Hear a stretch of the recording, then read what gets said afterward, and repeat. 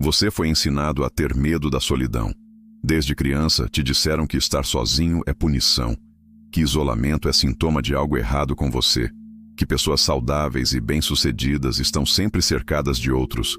E essa mentira, porque é exatamente isso, uma mentira sistemática, te mantém dependente, fraco e eternamente à mercê da validação externa.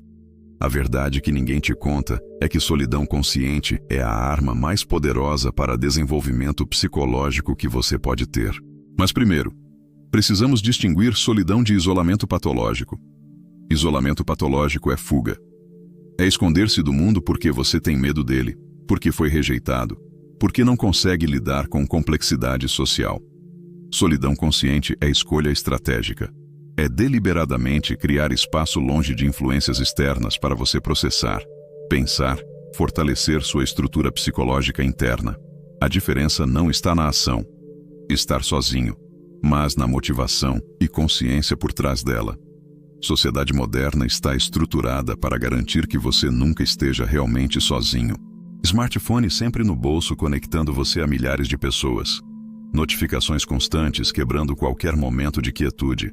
Cultura que glorifica estar ocupado, cercado, socialmente ativo. O que você fez no fim de semana? E se a resposta é, fiquei sozinho lendo, você vê pena nos olhos das pessoas, como se você tivesse falhado em ser humano adequado.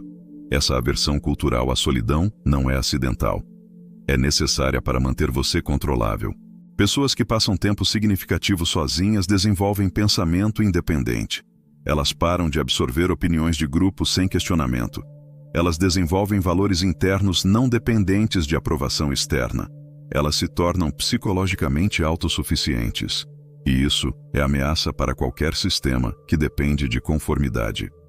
Observe como todas as instituições sociais desencorajam solidão. Religião organizada te quer em comunidade, onde pensamento coletivo substitui reflexão individual. Locais de trabalho têm escritórios abertos onde privacidade é eliminada. Escolas punem crianças que preferem ficar sozinhas no recreio. Família questiona quando você quer tempo sozinho. Parceiros românticos interpretam necessidade de espaço como rejeição. Tudo conspira para garantir que você esteja perpetuamente cercado de influências externas. E o efeito disso? Você nunca desenvolve voz interior forte. Você está sempre reagindo a estímulos externos, nunca consultando bússola interna. Suas opiniões são ecos de última pessoa com quem conversou. Seus valores mudam dependendo de grupo social em que está. Sua identidade é fluida demais porque nunca teve tempo e espaço para consolidar quem você realmente é, na ausência de plateia. Filósofos há milênios entenderam isso. Nietzsche passou anos em isolamento nas montanhas, produzindo seu trabalho mais profundo. Thoreau foi para Walden especificamente para ter solidão necessária para pensamento claro. Monges budistas praticam retiros de silêncio de anos, não porque odeiam humanidade, mas porque entendem que certos tipos de desenvolvimento psicológico e espiritual são impossíveis em barulho constante de interação social. Quando você está constantemente com outros, você está em modo de performance. Mesmo com pessoas próximas, a versão de si mesmo que você apresenta. Máscaras sociais que Jung identificou. E essas máscaras não são necessariamente falsas, são aspectos reais de você, mas não são totalidade. E quando você nunca tira as máscaras, quando nunca está sozinho consigo mesmo, você começa a confundir máscara com rosto. Você esquece quem é quando ninguém está olhando. Solidão é onde você conhece seu eu não performático. É onde pensamentos que você nunca diria em voz alta podem ser explorados. É onde você pode ser completamente honesto sobre seus medos, desejos, contradições, sem risco de julgamento. É laboratório de autoconhecimento. E sem esse laboratório, você está sempre jogando às cegas, reagindo à vida sem entender suas próprias motivações profundas. A desconfortabilidade inicial com solidão é reveladora. Se você não consegue ficar sozinho sem imediatamente pegar telefone, ligar TV, fazer qualquer coisa para preencher silêncio, isso diz algo crucial. Você está fugindo de si mesmo. Há algo dentro de você que te assusta tanto que você precisa de distração constante. E enquanto você continua fugindo, essa coisa só cresce. só fica mais assustadora. Só ganha mais poder sobre você. Pessoas viciadas em socialização constante são como viciados em qualquer substância. A droga deles é validação externa, atenção, reflexo de si mesmos em olhos de outros. E como qualquer vício, eles precisam de doses cada vez maiores. Mais amigos, mais seguidores, mais eventos sociais. Mais. E nunca é suficiente porque o vazio que estão tentando preencher não pode ser preenchido de fora. Só pode ser preenchido por relação sólida consigo mesmo. Relacionamentos baseados em incapacidade de estar sozinho são destinados a falhar, porque você não está escolhendo pessoa. Está escolhendo qualquer pessoa que preencha o vazio insuportável que solidão revela. Isso não é amor. É desespero disfarçado de romance. E coloca pressão impossível no outro porque você precisa que eles sejam sua fonte de completude, entretenimento, validação constante. Pessoas que são confortáveis sozinhas entram em relacionamentos de posição de força. Elas não precisam do relacionamento. Elas escolhem-no. E há diferença abissal entre essas duas posições. Primeira cria dependência, ciúme, controle, medo de abandono. Segunda cria parceria genuína entre duas pessoas completas, escolhendo compartilhar jornadas. O medo da solidão é frequentemente medo de confrontar verdades desconfortáveis. Quando você está sozinho, não há distração de sua própria mediocridade, de sua falta de direção, de seu tempo desperdiçado, de suas escolhas ruins, de seu potencial não realizado. Tudo isso vem à superfície no silêncio, e é brutal. Então você foge para barulho, para companhia, para qualquer coisa que te permita continuar evitando essas verdades. Mas essas verdades não desaparecem por serem evitadas. Elas apenas se acumulam no inconsciente, manifestando como ansiedade difusa, insatisfação inexplicável, sensação de estar perdendo algo mas não saber o que. E quanto mais você evita confrontá-las diretamente, mais poder elas têm sobre você. Solidão é onde você finalmente para de fugir e olha diretamente para o que está te perseguindo. A força que vem de confrontar-se em solidão é diferente de qualquer outra. É confiança que não depende de opiniões externas, porque foi forjada em diálogo interno honesto. É clareza sobre quem você é, porque você passou tempo descobrindo, não apenas aceitando identidade que outros projetaram em você. É coragem que vem de enfrentar seus próprios demônios internos e sobreviver. Pense nos momentos mais transformadores da sua vida. Chances são que aconteceram em períodos de solidão. Depois de término doloroso, quando você teve que reconstruir identidade não baseada em ser metade de casal. Depois de perder emprego, quando você teve que questionar quem você é além de título profissional. Durante doença que te forçou a parar e refletir sobre como estava vivendo. Solidão forçada cria condições para a transformação que vida social ocupada nunca permite. Mas por que esperar que vida force solidão em você através de crise? Por que não escolher estrategicamente? Por que não usar solidão como ferramenta antes de precisar dela como último recurso? Essa mudança de solidão como punição ou acidente para solidão como prática intencional é mudança de jogo completa. Artistas sempre souberam disso. Trabalho criativo genuíno requer solidão. Não pode ser feito em comitê. Não pode ser feito com constante interrupção. Requer mergulho profundo em estado mental, que só é acessível quando você está sozinho por tempo suficiente para alcançá-lo. Escritores falam de primeiras horas sendo inúteis. É tempo para a mente se acalmar, para ruído social se dissipar, para a voz real emergir. Mesmo trabalho intelectual sério requer solidão. Pensamento profundo sobre problemas complexos não acontece em conversa casual. Acontece em reflexão prolongada e ininterrupta. Científicos fazem descobertas não em conferências, mas em laboratórios trabalhando sozinhos por horas.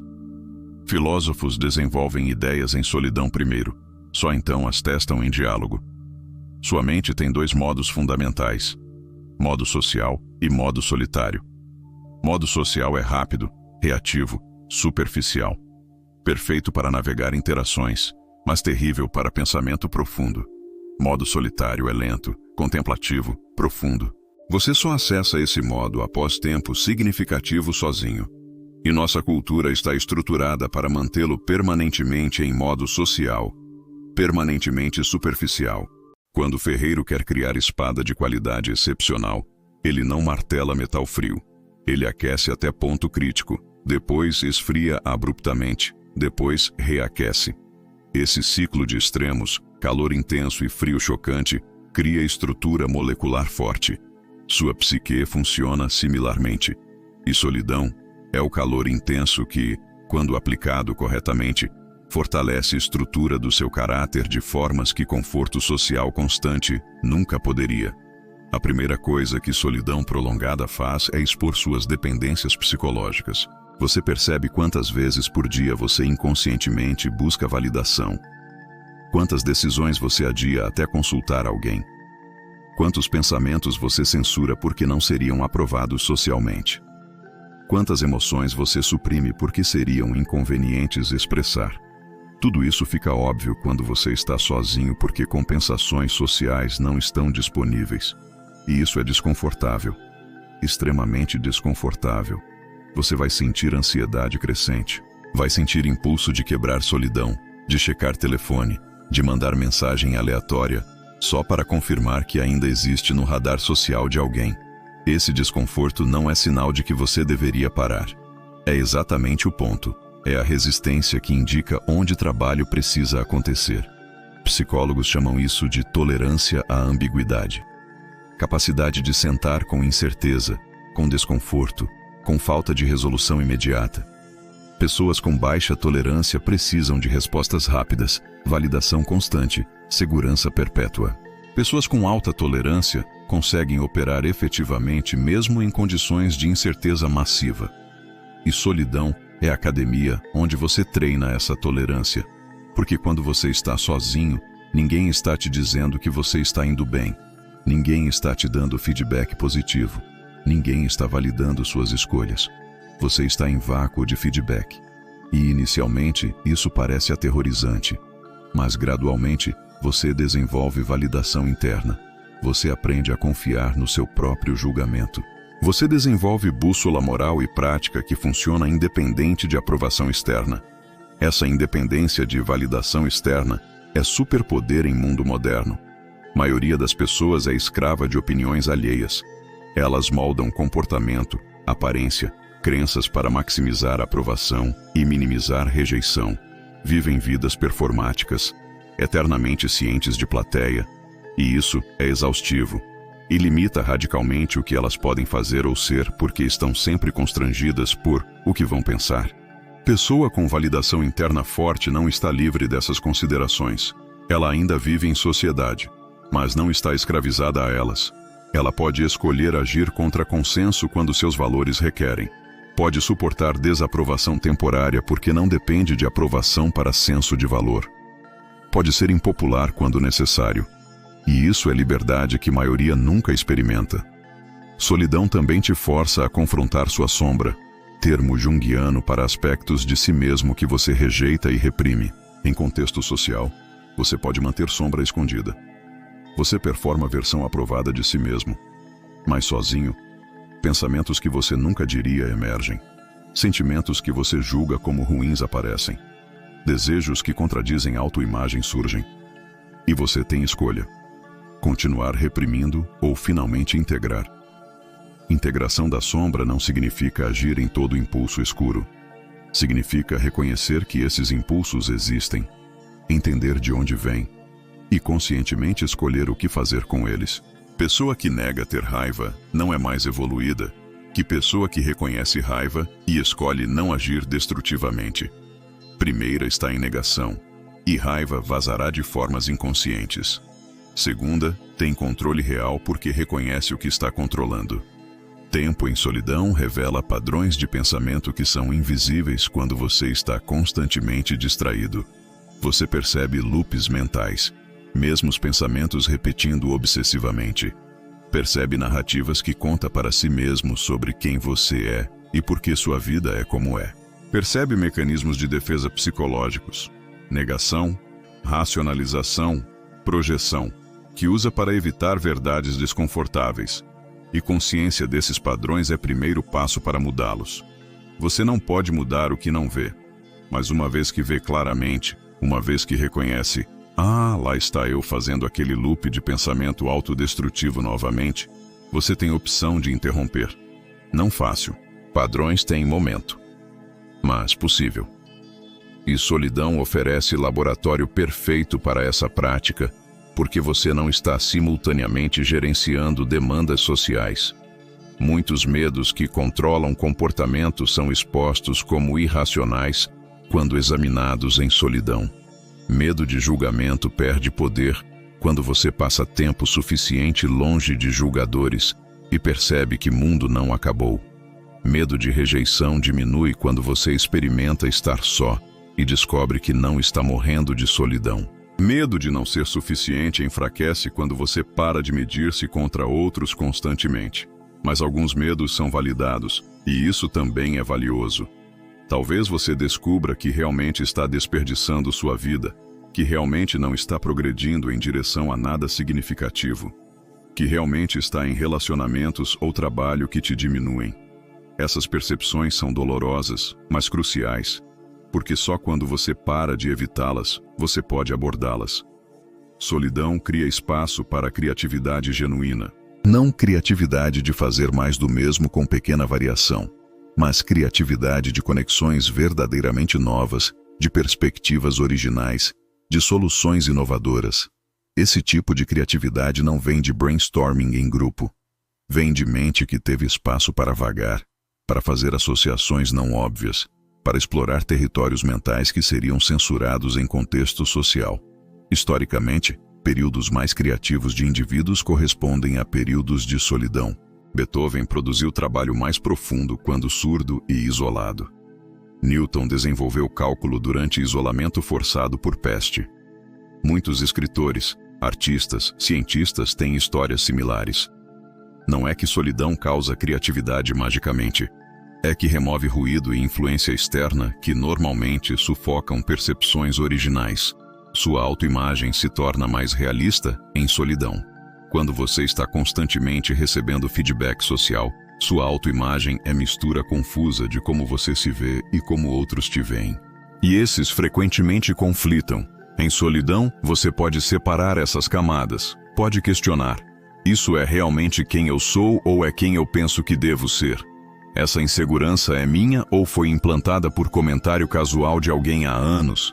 E, eventualmente, você desenvolve senso de si mesmo que é estável, independente de contexto social. Não rigidamente fixo. Você ainda cresce e muda, mas fundamentado. Você sabe quem é no núcleo, e isso te permite ser flexível em comportamento sem perder-se, porque há algo sólido para retornar. Solidão também desenvolve disciplina de forma que ambiente social não pode. Porque em solidão, não há pressão social externa te mantendo nos trilhos.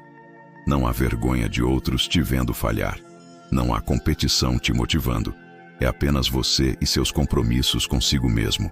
E você descobre rapidamente quão forte ou fraca sua autodisciplina realmente é. Mas essa descoberta, por mais humilhante que seja, é valiosa. Porque agora você sabe onde trabalho precisa ser feito. E você tem espaço para desenvolver disciplina real. Não baseada em evitar vergonha social, mas baseada em integridade consigo mesmo. Fazer o que disse que faria, não porque alguém está observando, mas porque você disse que faria. Esse tipo de disciplina, forjada em solidão, é infinitamente mais confiável que disciplina baseada em accountability externo. Porque accountability externo pode ser evitado. Você pode sair do grupo, deletar o app, evitar o coach. Mas você não pode escapar de si mesmo. Disciplina interna é a única forma de disciplina que funciona em toda situação. A tragédia moderna não é que pessoas ocasionalmente se sintam sozinhas.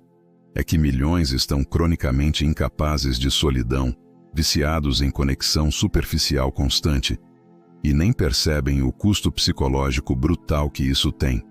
Quando você nunca está sozinho, desenvolvimentos psicológicos cruciais simplesmente não acontecem. E consequências disso são devastadoras, mesmo que invisíveis. Primeiro, identidade baseada em reflexos externos é fundamentalmente instável. Se quem você é depende de como outros te veem, Então qualquer mudança em como te veem muda quem você é. Isso cria ansiedade perpétua. Você está constantemente monitorando reações alheias, ajustando o comportamento para maximizar a aprovação. É exaustivo. E pior, você se torna pessoa diferente em cada contexto social, porque você é camaleão sem cor própria. Observe alguém que nunca está sozinho. Eles têm opiniões fortes, até conhecer alguém com opinião oposta. Então subitamente são neutros. Têm valores claros, até grupo social mudar. Então valores mudam junto. Sabem o que querem. Até alguém sugerir algo diferente, então ficam inseguros. Não há núcleo, só superfície refletindo o que está ao redor. Essa fluidez extrema é às vezes vendida como mente aberta ou adaptabilidade. Não é. É falta de centro. Pessoa verdadeiramente adaptável tem valores e identidade core forte, mas flexibilidade em como expressa isso em diferentes contextos. Pessoa sem centro é como água. Toma forma de qualquer recipiente, mas não tem forma própria. Segundo, incapacidade de processar emoções profundamente se desenvolve. Emoções complexas requerem tempo e espaço para serem sentidas completamente. Quando você está constantemente em companhia, você está constantemente gerenciando como suas emoções são percebidas. Isso significa que você nunca realmente sente completamente. Você sente até ponto socialmente aceitável, depois reprime o resto. Tristeza vira performance de tristeza. Raiva vira performance de raiva. Até alegria vira performance. E performance, por definição, não é experiência autêntica. É representação de experiência para consumo de plateia. Com o tempo, você perde capacidade de acessar emoções reais porque está tão treinado em performá-las que não sabe diferença. Isso leva à alexitimia emocional, incapacidade de identificar e descrever emoções próprias. Pessoa pergunta: como você está se sentindo? E você literalmente não sabe. Não porque está reprimindo conscientemente, mas porque nunca desenvolveu a habilidade de introspecção emocional que requer solidão para desenvolver. Terceiro, dependência de validação externa se torna patológica. Cada decisão requer aprovação. Cada passo requer encorajamento. Cada conquista só é real se reconhecida. Sua localização de valor está completamente fora de você. E isso te torna manipulável. Qualquer pessoa ou sistema que controla acesso à validação te controla completamente. Veja a dinâmica de redes sociais. Pessoas literalmente estruturando vidas em torno de maximizar likes. Não fazendo o que querem, mas o que gera engajamento. Não expressando o que pensam, mas o que será bem recebido. Não vivendo, mas curando performance de vida para a audiência. E chamam isso de construir marca pessoal, quando é literalmente vender alma por atenção digital. Quarto, capacidade de pensamento profundo atrofia. Pensamento profundo requer concentração sustentada por períodos longos. Requer seguir linha de raciocínio sem interrupção. Requer mente em modo focado, não disperso. Tudo isso impossível quando você está constantemente sendo puxado para interações sociais, mesmo digitais. Resultado: geração inteira com capacidade de atenção de peixe dourado. Não conseguem ler livro longo, não conseguem assistir filme sem checar telefone, não conseguem ter conversa profunda sem se distrair, não conseguem seguir argumento complexo, não porque são menos inteligentes, mas porque músculo de concentração nunca foi desenvolvido, porque nunca tiveram solidão necessária para desenvolvê-lo. Quinto, relacionamentos se tornam cada vez mais superficiais. Porque se você não tem profundidade interna, você não pode ter profundidade em conexão com outros. Suas amizades são baseadas em atividades compartilhadas, não entendimento mútuo. Seus relacionamentos românticos são baseados em não estar sozinho, não em realmente escolher essa pessoa específica. Tudo rasinho, transacional, descartável. E, ironicamente, quanto mais conexões superficiais você tem, mais sozinho você se sente. Porque humanos não precisam apenas de quantidade de interação. Precisam de qualidade. Precisam de ser vistos, entendidos, aceitos profundamente. E isso só pode acontecer entre pessoas que têm profundidade interna. Pessoa sem profundidade interna não pode ser conhecida profundamente porque não há nada lá para conhecer além de reflexos sociais. Sexto, você perde capacidade de se surpreender, de descobrir coisas sobre si mesmo, porque descoberta requer exploração, e exploração interna requer solidão. Quando você está sempre com outros, você está sempre em território conhecido da sua persona social. Nunca explora territórios internos que são assustadores ou estranhos, ou que contradizem a autoimagem que projeta. Resultado: vida de superfície previsível. Você se torna chato, até para si mesmo. Mesmas conversas, mesmas reações, mesmos padrões. Zero crescimento real, zero surpresas. E, eventualmente, tédio existencial profundo que você tenta preencher com mais socialização, mais distração, mais de tudo que está causando o problema em primeiro lugar. Sétimo, crises existenciais se tornam completamente incapacitantes quando inevitavelmente chegam, porque vida vai te forçar em solidão eventualmente. Morte de pessoa próxima, doença que te isola, mudança que te separa de rede social. Quando isso acontece com alguém que nunca desenvolveu capacidade de estar sozinho, eles desmoronam completamente. Veja quantos adultos entram em pânico total quando forçados em solidão. Divórcio, e eles imediatamente pulam para próximo relacionamento porque não conseguem suportar estar sozinhos. Mudança de cidade, e eles voltam porque não conseguem construir sentido de vida sem rede social familiar. Aposentadoria, e entram em depressão profunda, porque identidade era trabalho e colegas. Todas essas crises poderiam ser oportunidades de crescimento profundo se a pessoa tivesse capacidade de usar solidão construtivamente. Mas sem essa capacidade, solidão forçada é apenas sofrimento sem propósito. Eles não processam, não crescem, não transformam. Apenas sofrem até encontrar próxima distração ou relação que os tira de solidão assustadora. Oitavo, autonomia genuína nunca se desenvolve. Autonomia não é apenas fazer o que quer. É saber o que quer independente de influências externas. É ter valores que são seus, não emprestados. É tomar decisões baseadas em julgamento interno, não consenso externo. E tudo isso requer tempo significativo em solidão para desenvolver. Pessoa sem autonomia é eternamente criança psicológica, sempre precisando de permissão, aprovação, direção. Mesmo quando fisicamente adulto, mesmo quando independente financeiramente, psicologicamente dependente de outros, para senso básico de quem são e o que deveriam fazer. E essa dependência os mantém vulneráveis à manipulação, exploração, controle. A solidão consciente é uma arma que exige treino intencional. Não acontece acidentalmente. Requer estrutura e prática progressiva. Começar é a parte mais difícil. Comece pequeno, mas estruturado. 30 minutos diários de solidão verdadeira. Sem telefone, livro ou distração. Apenas você e seus pensamentos. Os primeiros minutos serão brutais. Seu instinto gritará por distração.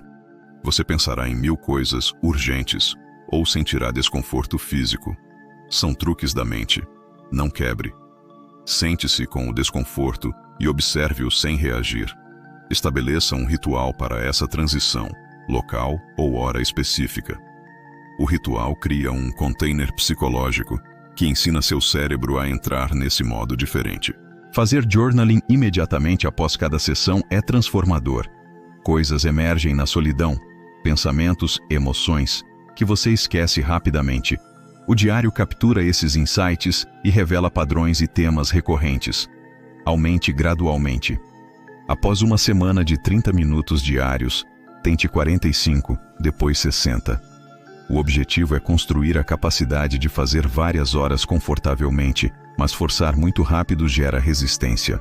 O próximo nível são os retiros periódicos. Quando 2-3 horas forem confortáveis, planeje um dia inteiro de solidão estruturada.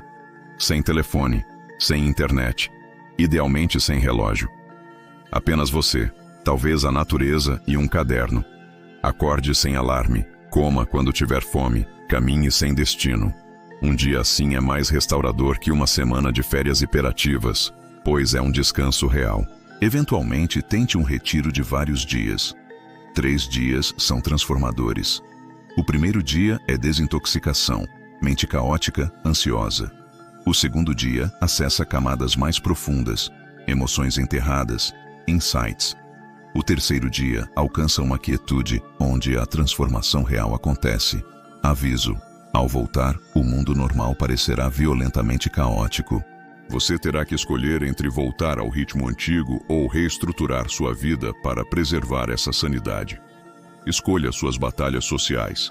A maioria não entenderá sua necessidade de solidão. Interpretarão como rejeição ou depressão. Para alguns, apenas diga "não posso", sem justificar. A proteção do seu tempo é inegociável. Para pessoas próximas, tente educar. Estou cultivando uma prática de solidão consciente pela minha saúde mental. Não é sobre você, é sobre eu me fortalecer, assim como preciso de exercício.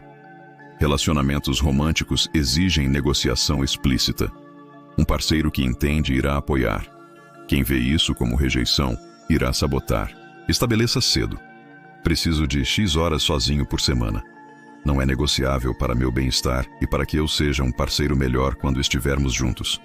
Quando você cultiva a solidão, a qualidade do tempo juntos melhora, pois a relação deixa de ser sobre necessidade de não estar sozinho e passa a ser uma escolha mútua.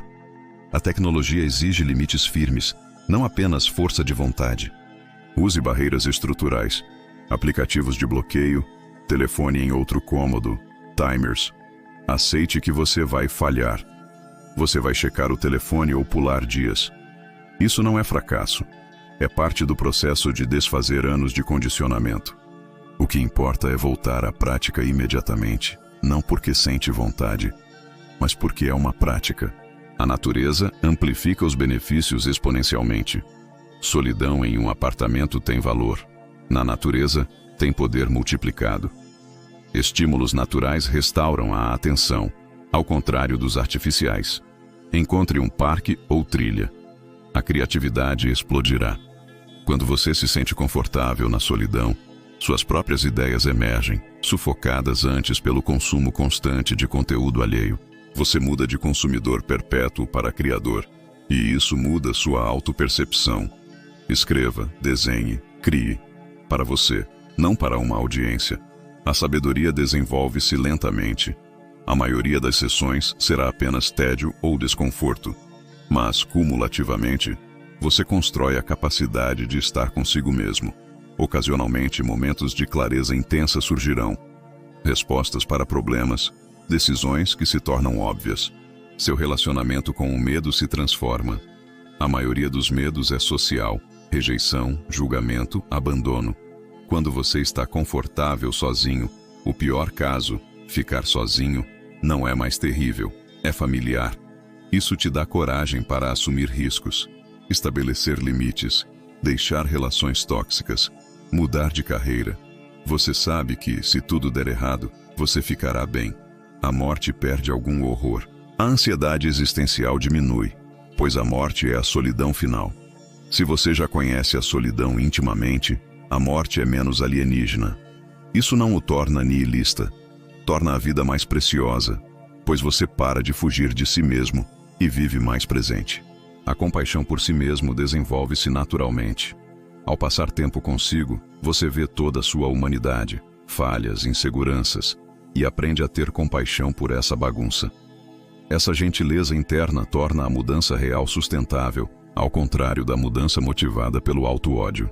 Eventualmente, a solidão deixa de ser uma prática e torna-se um estado que você carrega. A autonomia psicológica. Você pode estar numa multidão e manter um centro quieto, presente com os outros, mas não perdido neles. Você para de se fragmentar em versões diferentes para agradar pessoas. Suas interações vêm de uma pessoa inteira. As pessoas sentem essa diferença. Ser genuíno, sem tentar performar, é magnético. Mas não transforme a solidão em uma identidade performática. Olha como sou profundo. A prática verdadeira é humilde, privada. É como dormir ou respirar. Não precisa de audiência. Cultivar solidão no mundo moderno é um ato radical. O sistema é projetado para preveni-la. Você enfrentará resistência externa, sociedade, e interna, condicionamento. Mas se persistir, você desenvolve uma existência rara. Você se torna livre. Não pode ser facilmente manipulado, pois não precisa de aprovação. E não pode ser controlado, pois não teme ficar sozinho. A solidão não era o inimigo, era o portal para conhecer a si mesmo, desenvolver profundidade e construir uma vida de dentro para fora. Comece hoje. 30 minutos. Sem telefone. Pare de fugir de si mesmo e veja quem estava lá o tempo todo, esperando que você tivesse a coragem de olhar. A solidão é sua maior arma, mas só se você aprender a empunhá-la. Pratique. Sua liberdade depende disso.